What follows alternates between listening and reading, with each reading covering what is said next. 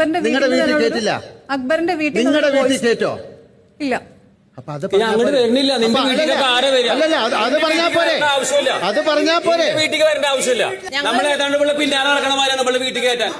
നിങ്ങൾ വീട്ടിൽ വരില്ല, നീ കയറ്റാണ്ട് വീട്ടിൽ വരുന്നില്ല. എന്താണ് ലക്ഷ്മി പറയൂ. അക്ബറിന്റെ വീട്ടിൽ നിന്ന് തന്നെ പറയുന്നുണ്ട് അവരായിട്ട് കൂട്ട് വേണ്ടെന്നുള്ളത്. നിങ്ങൾ കേട്ടോ? നിങ്ങൾ കേട്ടോ?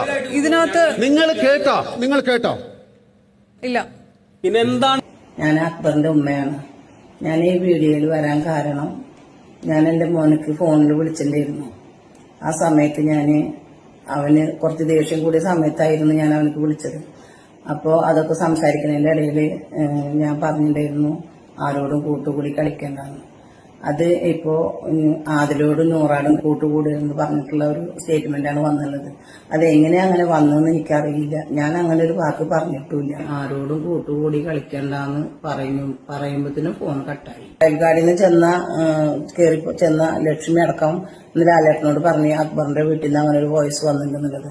അപ്പോഴാണ് എനിക്ക് മനസ്സിലായത് പ്രേക്ഷകർ അങ്ങനെ തെറ്റിദ്ധരിച്ചിരുന്നത്. അത് അവരിനി ബിഗ് ബോസ് ഷോ കഴിഞ്ഞ് വരുമ്പോ എന്റെ മോന്റെ കൂടെ അവര് എന്റെ വീട്ടിലേക്ക് വരുന്ന വിശ്വസിച്ചിരിക്കുന്ന ആളാണ് ഞാൻ.